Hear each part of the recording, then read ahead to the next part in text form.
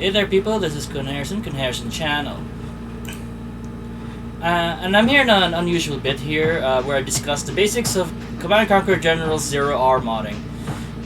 This is a lesson 0. You don't have to start here, but I urge you to stay because there are some things that are fairly important. Note, if you do want to skip, there is a lesson 1 to follow up to this. This presumes you've already familiarized yourself with the modding environment, but I will briefly bring up things from this when needed. We'll go through bits that you may encounter, the common ones, when modding Command & Conquer 0R, the General 0R. This lesson will briefly talk about the common INI files that you'll be editing throughout. I will not be covering all of the INI files, but by then you should have already understood a lot of the modding in this game to see what they're about. Now, initially, where do I find these INI files? Where do you find these INI files? Well, the game stores them in .big files, .big files, and the thing you're seeing right now is FinalBig. FinalBig is a program we're going to use to extract the game's assets, files, whatnot. You can get it linked in the description or in the playlist. This will be on. The assets come in these files. These are effectively glorified zip files that the game discreetly extracts and reads as data. Hence why the files inside have like paths in them, like data, INI, armor. Basically, when the game reads this big file, this BIG file, it will extract it, and then like that will be the game's data. Anyway, moving on. A funny thing you can do, and this is bad practice, do not do this, is that you can make these folders and files and have those read by the game, and it will read those things first because the game reads folders first. And you're effectively embedding your mod into the game itself. Do not do this, you're gonna have problems if you're playing online, or it will interact weirdly when you're playing other mods. Also, while there are things you can edit here directly, such as the INI files, directly through FinalBig, you can just type in here and edit directly from FinalBig. I also do not recommend this. You can, but I don't recommend it because FinalBig can be weird in its saving function. I urge you to extract these files first, then edit them with an appropriate tool, like say Notepad or some text processing program like Notepad++. Anything that can just ease editing these files. Now, onto the assets. There are a bunch of different ones you'll encounter, but right now specifically I'm viewing at the INI-ZH, which is the INI files for 0 hour. You can actually just see, if you look into your Command & Conquer General's directory, there's a bunch of big files with lots of different labels, such as textures, textures ZH, which is the textures for 0 hour. There's also, notice that they have the postfix of ZH, that means it's for 0 hour. If you wanted to look at assets that are from the non-expansion, which is the base game, just go find those in the directory for Command & Conquer Generals, because they're not in 0 hour, because the game also reads from Generals directory, because it's weird to have its relationship like that, but like, yeah, it also reads those files as well. Anyway, so yeah, the most common asset you'll find is the INI files. These files will be defining things in the game. These are our main coding files, per se. These files define how things behave in the game. There's the TGA files. There's TGAs and DDS files. These are texture files. These are the textures on the 3D models. And the game only really accepts TGAs and DDSs. They don't accept any other like image format. So there's that. That's a thing to keep in mind when you're modeling. There's W3D, which is the proprietary 3D model format for this game. It's Westwood 3D. There's a couple of different programs you can get them, but like whenever you're making 3D models, you need to convert them to W3D for them to be playable in game, or at least usable as an asset. Personally, I have a very old program called Gmax, and unfortunately, I don't think it's possible to get it anymore because on top of this, it has to have the Renegade X plugin, which is also another thing and a half, and I really don't have the links for those anymore. So like, but I still have them on me, and I guess I'm like the only other person around here that still uses a very old program from 2004. But that's where the W3Ds are. How you get the W3D files? You have to convert your 3D models into that file format. And then there's the wave files. These are the game's audio files, notably for sound effects. These are also for voice. Note that the game only accepts 16-bit mono. So whenever you just have to like make sure when you have your INI when you have your WAV files, you have to check the properties to see if they're 16-bit. Otherwise, use an audio conversion program like say Audacity to like just convert the WAV files to a 16-bit mono file, and you'd be Gucci. Otherwise, if you don't, the game will have like a glitchy interaction with them, or just plain will not work. Onto the main bit of this. This is just the minutia in terms of the individual INI files. I'm not gonna go through every single one of them. I'm gonna go through the important ones that you'll have to get familiar with. The first one here is armor.ini. And effectively, this is where all the armor types are defined. An armor entry is basically a list of percentages. So you say human armor. That's armor typically for a lot of the infantry, and then it has an armor equals a damage type. The damage type, it can be anything from crush, infantry missiles, flame, particle beams, and a percentage. This is basically the multiplier to the damage value. So like say you have like a damage value of 100. So say if the target object takes 100 crush damage, and since crush damage is 200% on human armor, that means that 100 damage gets multiplied by 200%, it becomes 200 damage.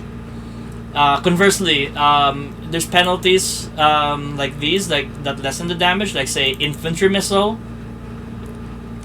They only take 10%, so from 100 damage it becomes 10 damage. So there's that. Next would be weapon.ini, which is going to be all the way down here. It's going to be all the way down here. Here it is. These are defaults. Here it is.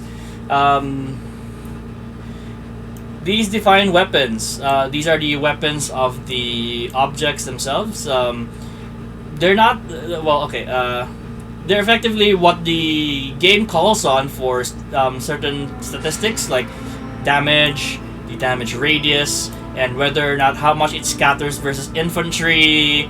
I'm not gonna go through every single thing, but basic gist of it, that a lot of these are self-explanatory, like attack range. This target pitch thing is basically determines how high or how low the target can be from the point of shooting the weapon. So like say, it says here -15, +15 for max target pitch. That just means the target can be below -15 degrees from the shooter, and it will still be able to shoot. But if it goes below -15 degrees below the shooter, and then it cannot target it, and it must find a means to target it. max target pitch is the same thing, but like what's the highest point a target is validly selected for this weapon. There's damage typing. This is not. This is the counter bit to the armor.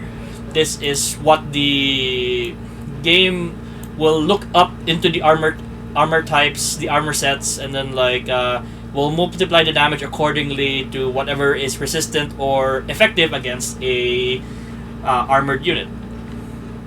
And then death type. Death types are just what kind of death effect will happen. Does the infantry die in a fiery explosion? Does the infantry melt in toxins? Who knows? You can determine them. Basically, this is what it tells the object to die in this manner. So there's that, and you can set projectiles. These are a bit more complicated because these are objects themselves. We're going to be talking about objects later, and possibly in a later part, and possibly in a later lesson. And then there's weapon speed, which is how fast the projectile travels. However, this parameter is rendered moot when your object has a locomotor. Again, that's going to be in a future lesson. Weapon recoil, it just tells if your weapon has a barrel, and it's defined in the model's bones that it has a recoil. The barrel will recoil this much, and pretty much. And a lot of these are again just pretty self-explanatory. These are effects. This is the sound effect, and then what the radius damage. The area effect damage will affect. It will affect everyone. And delay between shots, which is just the delay between the shots. That's again, it's pretty self-explanatory. Clip size. If your weapon has multiple shots, then this is how many shots it has before it needs to reload, and this is how long it reloads. Moving and there's many more parameters beyond this, but these are the basic, most common ones you will encounter. You're not gonna go beyond more than this. There's also projectile collides with. It just basically, if you have a projectile, this only applies for projectile weapons in that when a structure or a wall gets in the way of the projectile, then the projectile gets stopped by that wall. That's again pretty self-explanatory. Next, it's a very touchy one. I don't recommend editing anything here unless you know what you're doing. It's gamedata.ini. This defines the default settings on the options menu, but these can be overwritten by the options.ini on your. I believe Generals makes an entry on your My Documents, and it has its own folder, and there's an option ini there. That's where you can define some the resolution. Hence why it doesn't define it here, because you can define it on your by just playing the game. You go to options and then the resolution and whether or not it's windowed or not. There's other stuff in here like camera heights. This is where you can modify camera heights.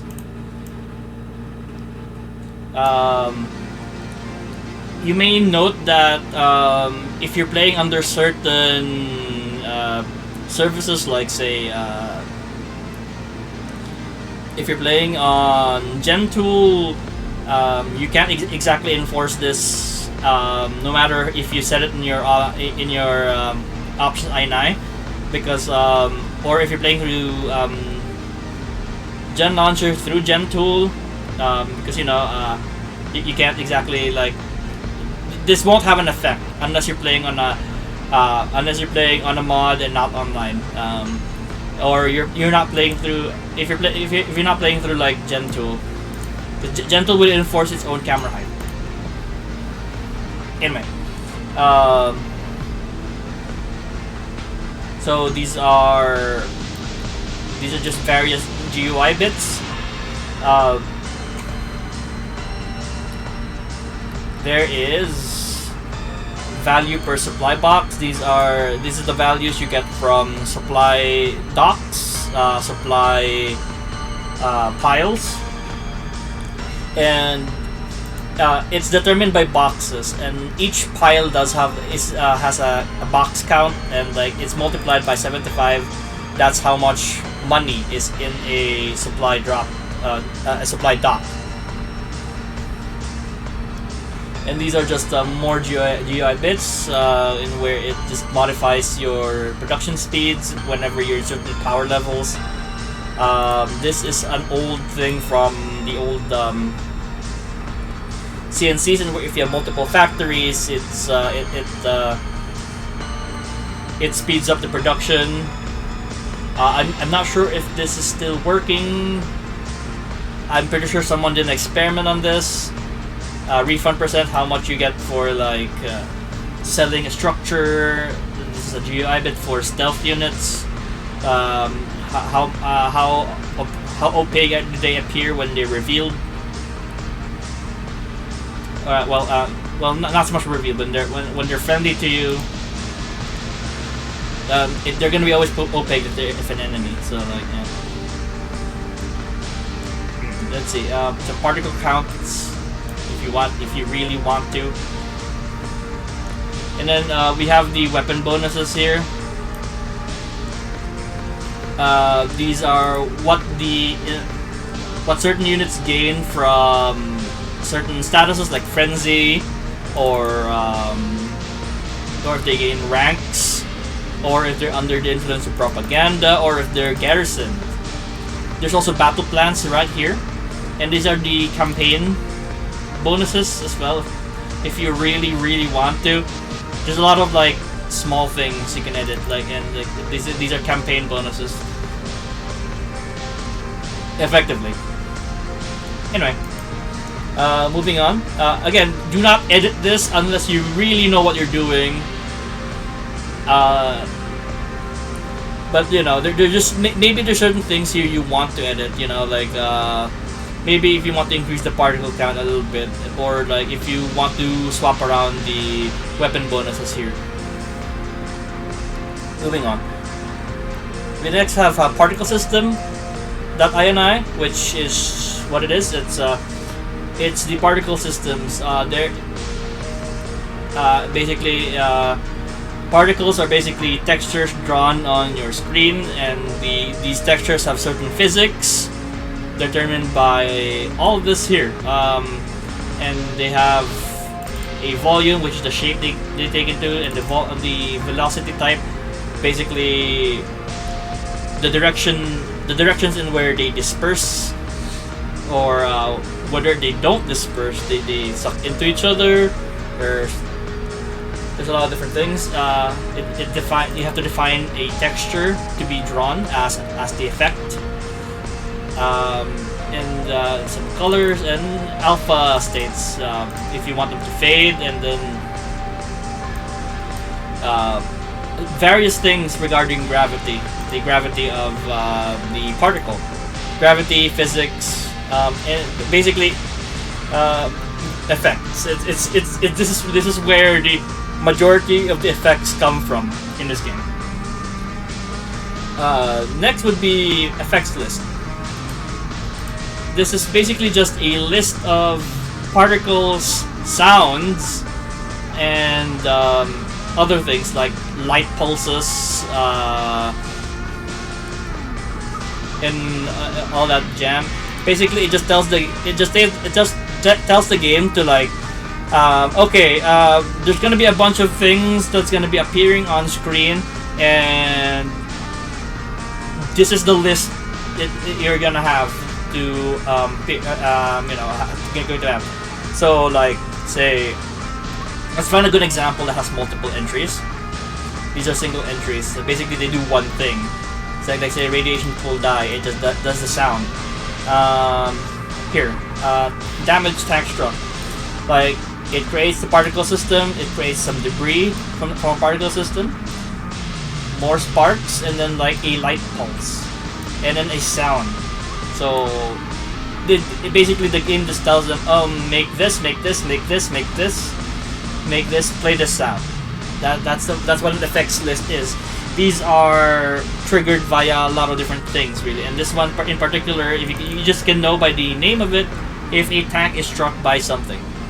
But like these triggers can be anything from weapons firing, it's something that's naturally emitting from a unit, explosions, impacts. Whenever a object has a parameter for an effects list, it will call the effects list defined on it.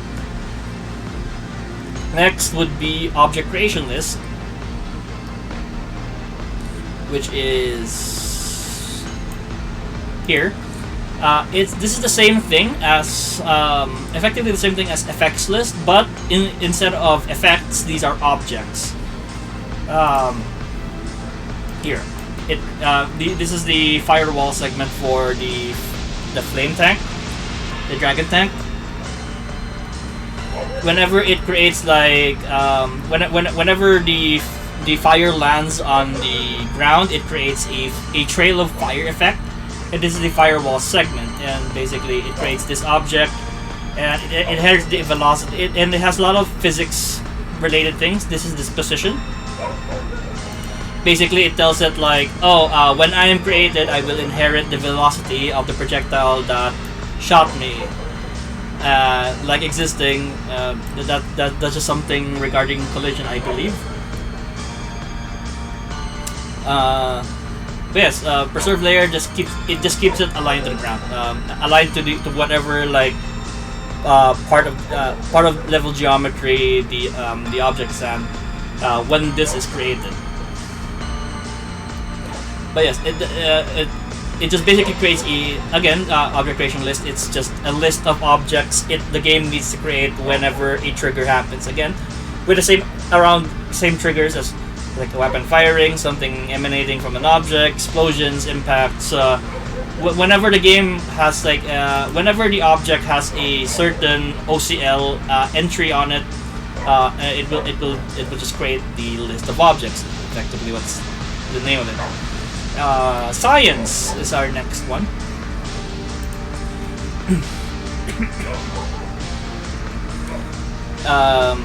These are effectively the ranks. Although like you don't purchase these are internal.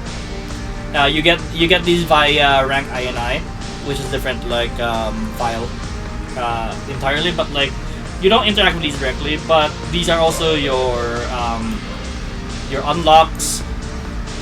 These are used as the prerequisite to unlock this unit, and of course they have like their own prerequisite as well. Like you need to be Science America.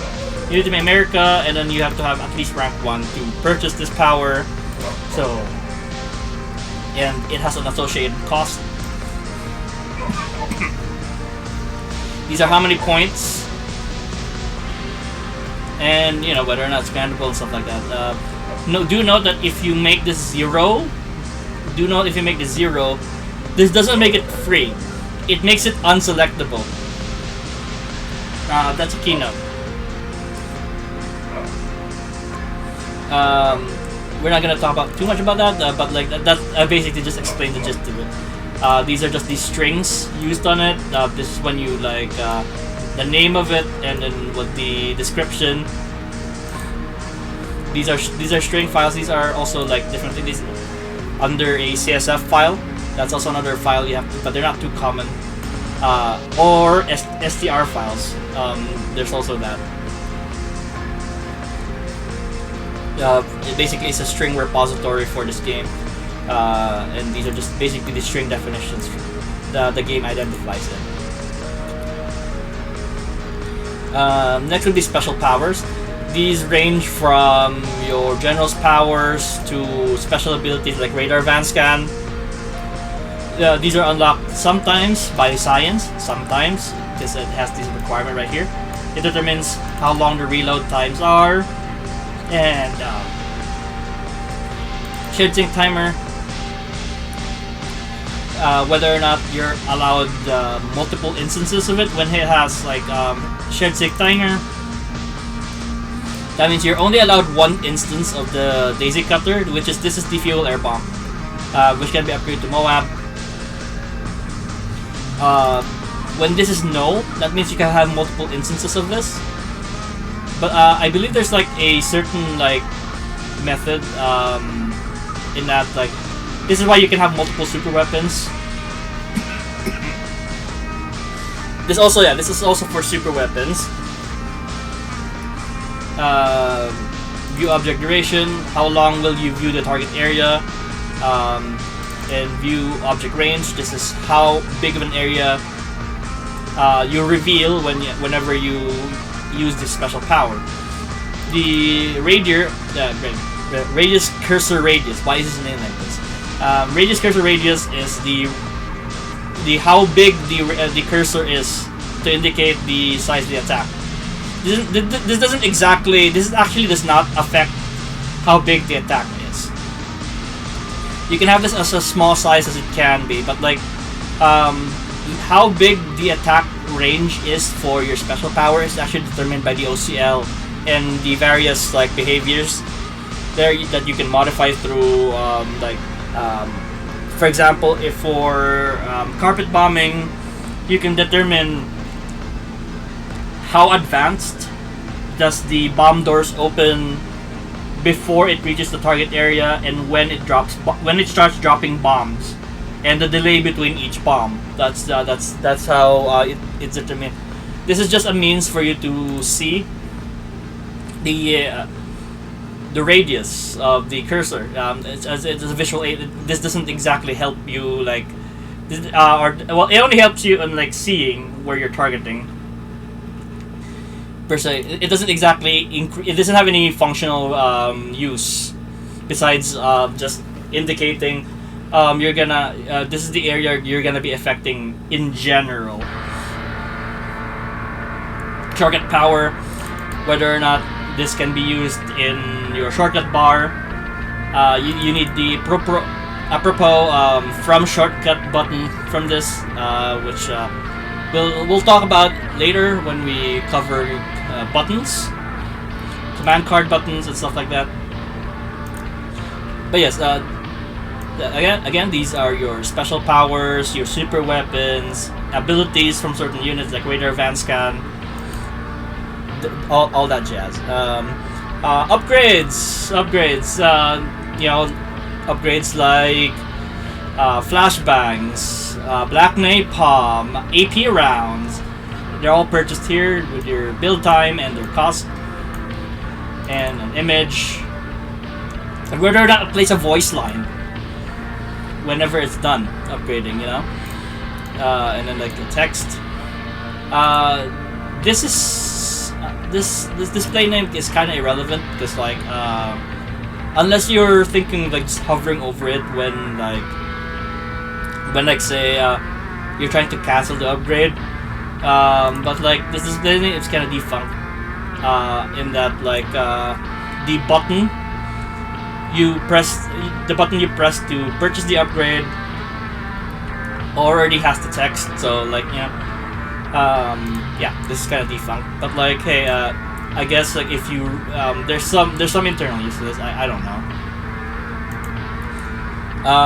Next would be rank INI, which is over here. These are basically how these are the ranks. How much XP you need to rank up and how much points is granted. Very fairly simple. And this is the string value to indicate that you're a 1-star general, you're a 2-star general, 3, so on and so forth. You can add more. You can technically add more ranks down here if you want to add more ranks to your mod. Like I've seen mods go out to rank 22. You'll just have to define increasingly high number of XP because this is cumulative XP. This is cumulative XP. So if there's something in the game that gives you 5,000 XP, you automatically go here. So yeah, you just have to define increasingly high numbers of XP needed. Next would be, well, okay, we've more or less covered a lot of the important bits. Some of my personal bits, I guess, like is music.ini. It just defines the music tracks in the game. Notably, they use MP3s. The game uses MP3s. So that's a thing you have to note. Game uses MP3s. Funny. Excuse me. Anyway, oh yes, important bits, command buttons. These are, yeah, these define what kind of what kind of command it is. What does it execute? If it's a special power, what special power does it execute? When it's yeah. And then like various things to determine whether or not a button is clickable under certain circumstances. What other behaviors the button does, like need target pause. That means whenever you click it, you need it goes select target. That's what it is. And then like whether or not you need sciences. These for the case for special powers, these only change the icons, not anymore. And the action border type, not that important, but like it's I guess one of the game's subtle ways of like hinting like, oh, this is an action button, so it will have a yellow border around it. Basically, it's the border. It's the border around the buttons. It just indicates like, oh hey, this button is this. This button is an upgrade. This button is for building. Stuff like that. But not really important to define, but like it's a nice little way to like color code buttons for their borders. That's it. Radius cursor type, basically it just tells you, it just basically tells the game what cursor to render whenever you are selecting a target with this. And yeah, let's go grab a different button, I guess, for another example. If I can find one. A lot of these are special powers. And these, these from shortcut buttons. Effectively, these are you click these on the shortcuts. They appear on the side. Stuff like that. So many special powers that are just effectively just repeats of each other.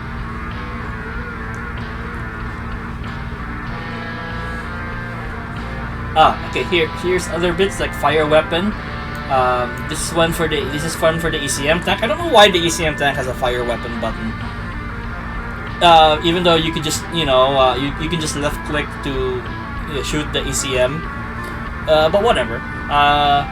But this is also used for Comanches when they're in the tertiary slot is available, aka their rocket pods. So it picks a weapon slot and it uses that weapon. These are for battle plans. These are fairly self-explanatory. Don't touch this. You more or less don't have to touch these. Unique thing about this is option 1, option 2, option 3. This means that whenever you have these options on your options, that means only one of these can be active because it looks for other option buttons. So that means you can only have active one of these. This is a cell button. This is a specialized cell button. It's a generic cell button. More or less you'll see it everywhere. Same thing with the rally point button. Let's see. Upgrades. These are upgrade buttons. It just basically defines an upgrade. I'm trying to find like a unit object one. Like that creates an object. I could just probably there's these are transport ones. Inventory commands. Whenever a unit has like transport slots, this is how you interact with them, and this is fairly fiddly to edit. Don't bother with these unless you know what you're doing. These are guard command. This is the guard command. Note here. This an interesting note to put here is that note that it's legal, though currently not desired, to specify need target object here to allow guarding a specific object. So if you add need target object on one of the options here, yes, you can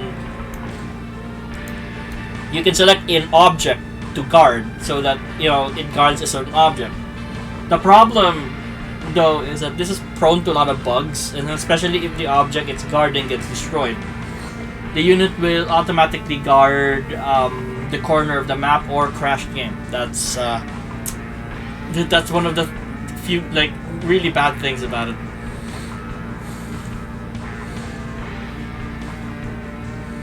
Stop. This is the stop command. This is a generic command. These are the switch weapon commands especially for the ranger machine guns and flashbangs. It basically it's what it is. It's switch weapon switches to primary. That's what it is.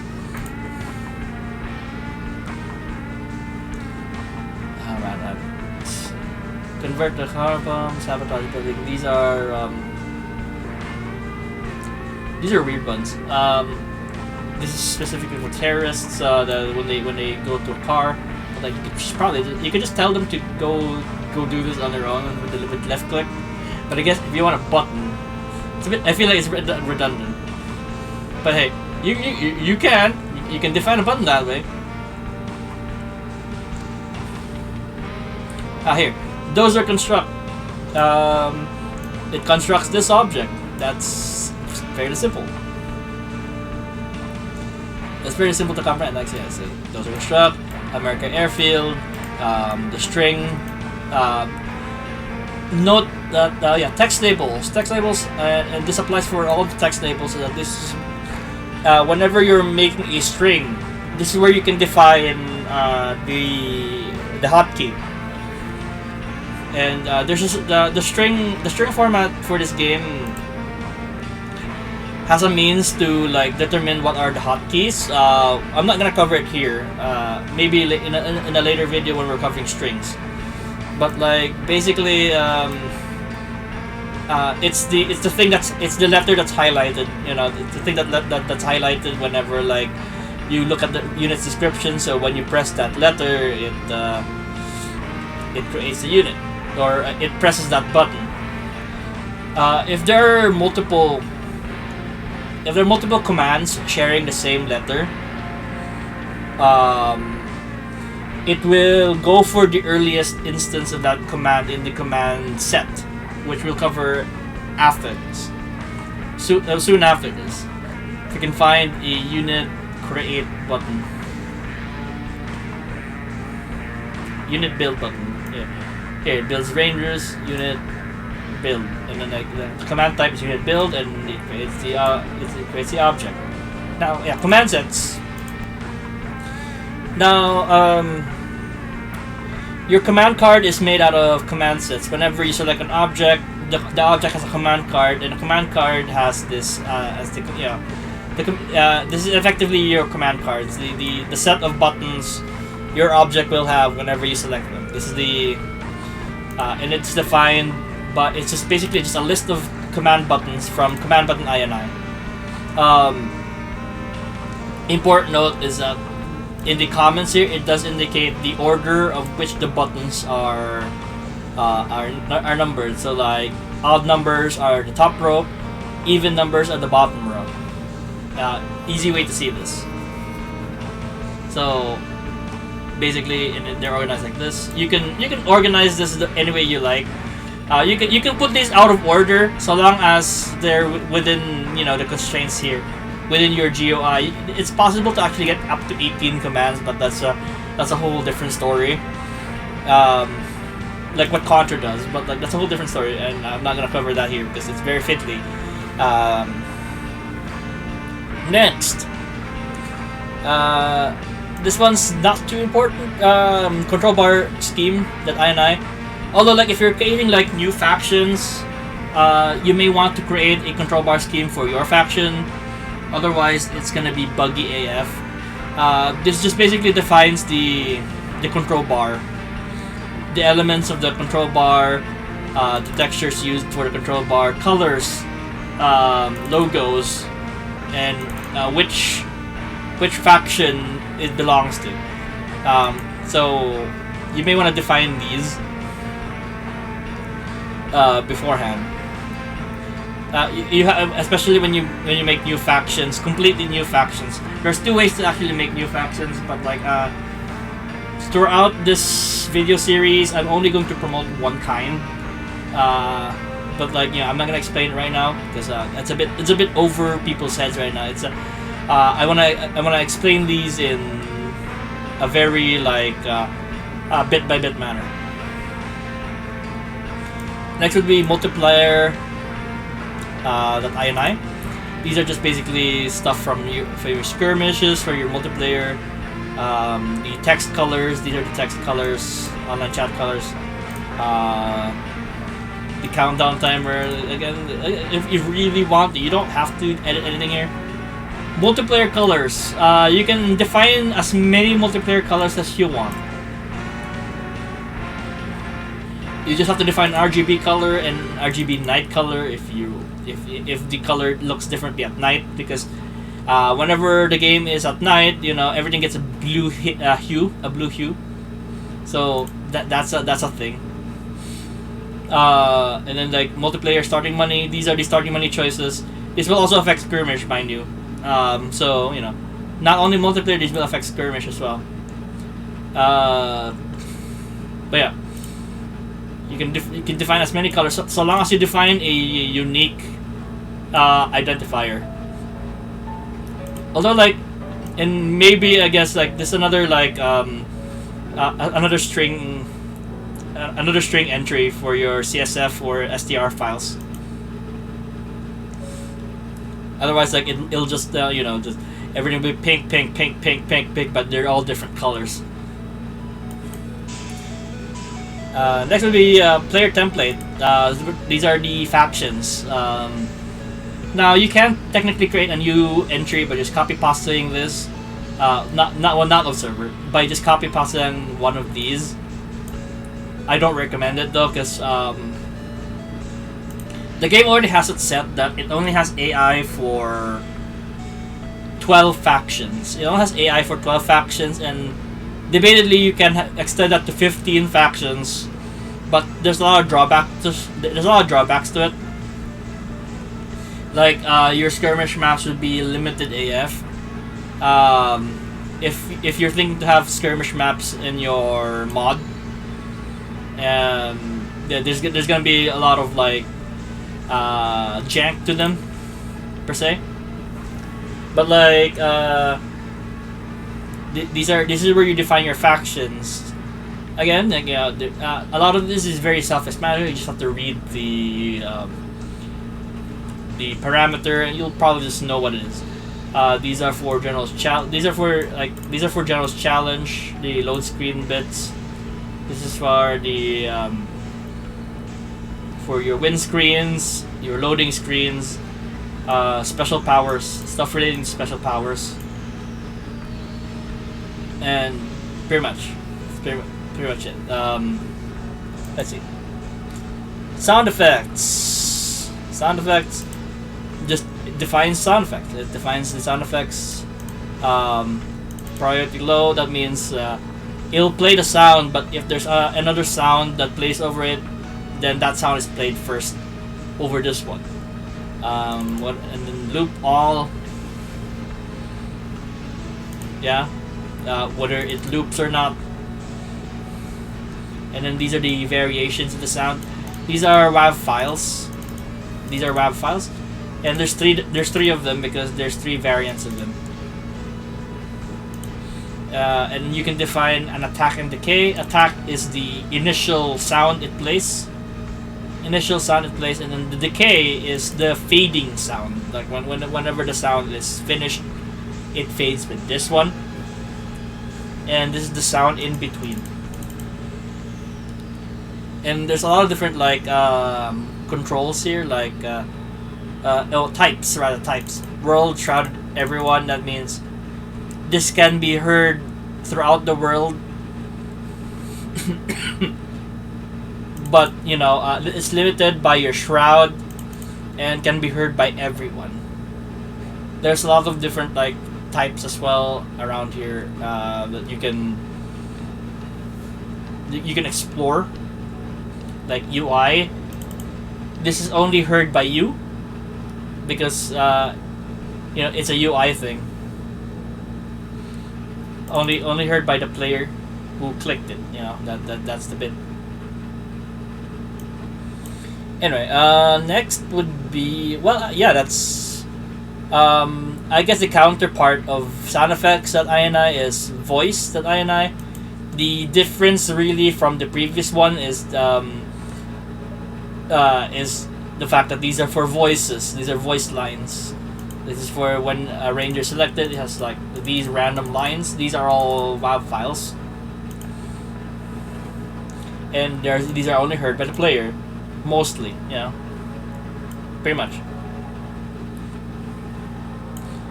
That pretty much all covers all of the important INI files.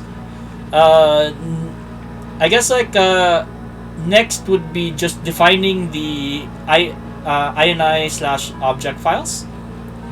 So these data INI object, and then Air Force General. That means all of Air Force General's stuff is in this file. All of the objects related to Air Force General is on this file. It defines an object, the object name, and then like a bunch of other gubbins right here. We're not gonna cover how to define an object here. In the next lesson we will, because that is gonna be the next lesson, is to create your unit, because objects range anywhere from the laser beams to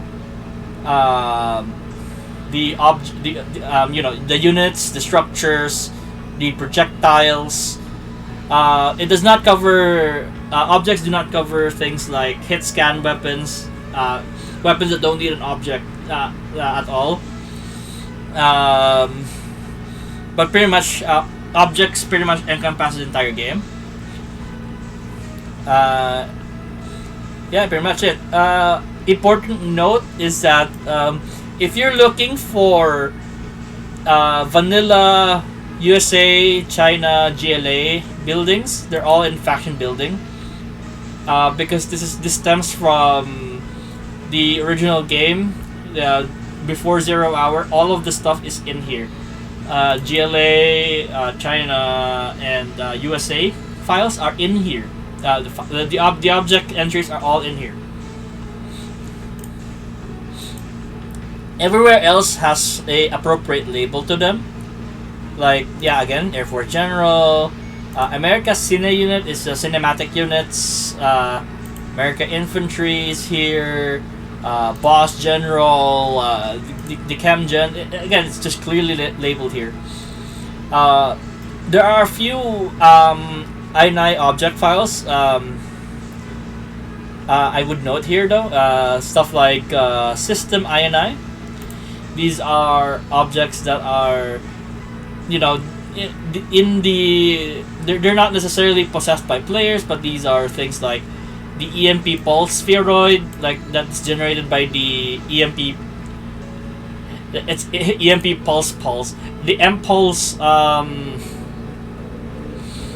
bomb from China. This is the huge like electric ball it produces. It has its own like behavior here. We're gonna talk about behaviors on the object lesson video. Not all of them, because there's a lot of different behaviors, and there is a documentation on the modules list. I will be linking that as well. If you want to read the documentation of all the different model tags. We call these model tags, which defines how an object acts.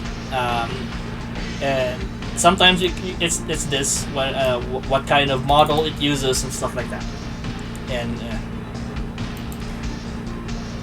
let's see. Oh yes, weapon object that INI is where all the projectiles are. These for example, this first entry here is the Moab bomb.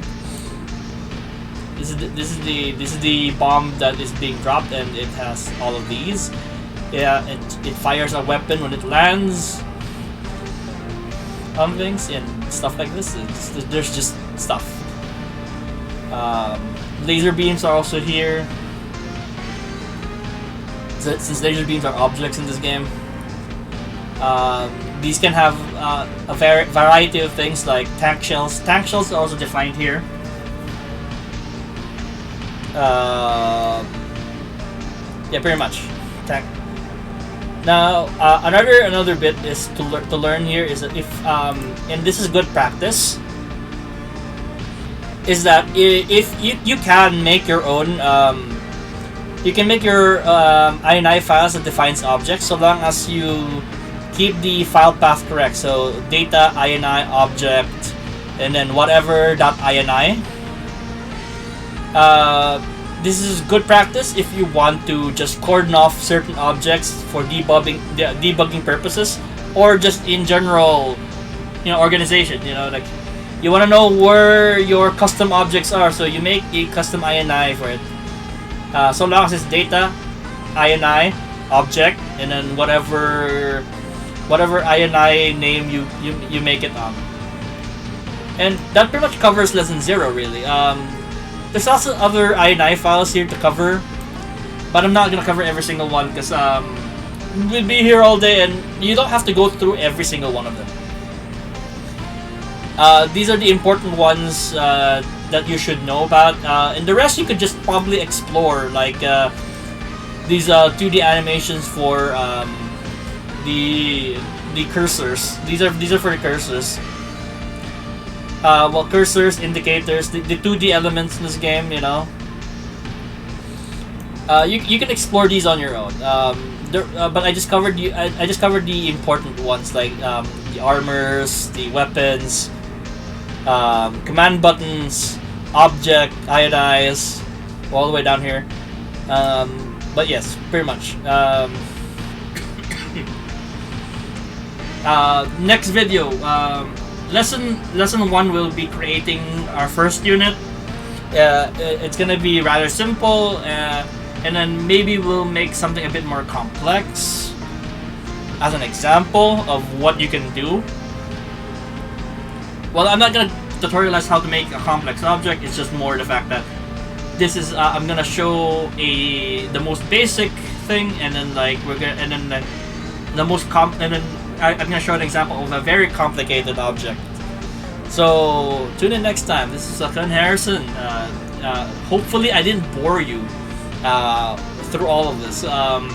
Hopefully this is a helpful tool to just familiarize yourself with the file structure in the modding environment. Very much, and just going through the INI files, just the minutia of every important one that you should know about. And yeah, this is Kun Harrison. See you next video, hopefully.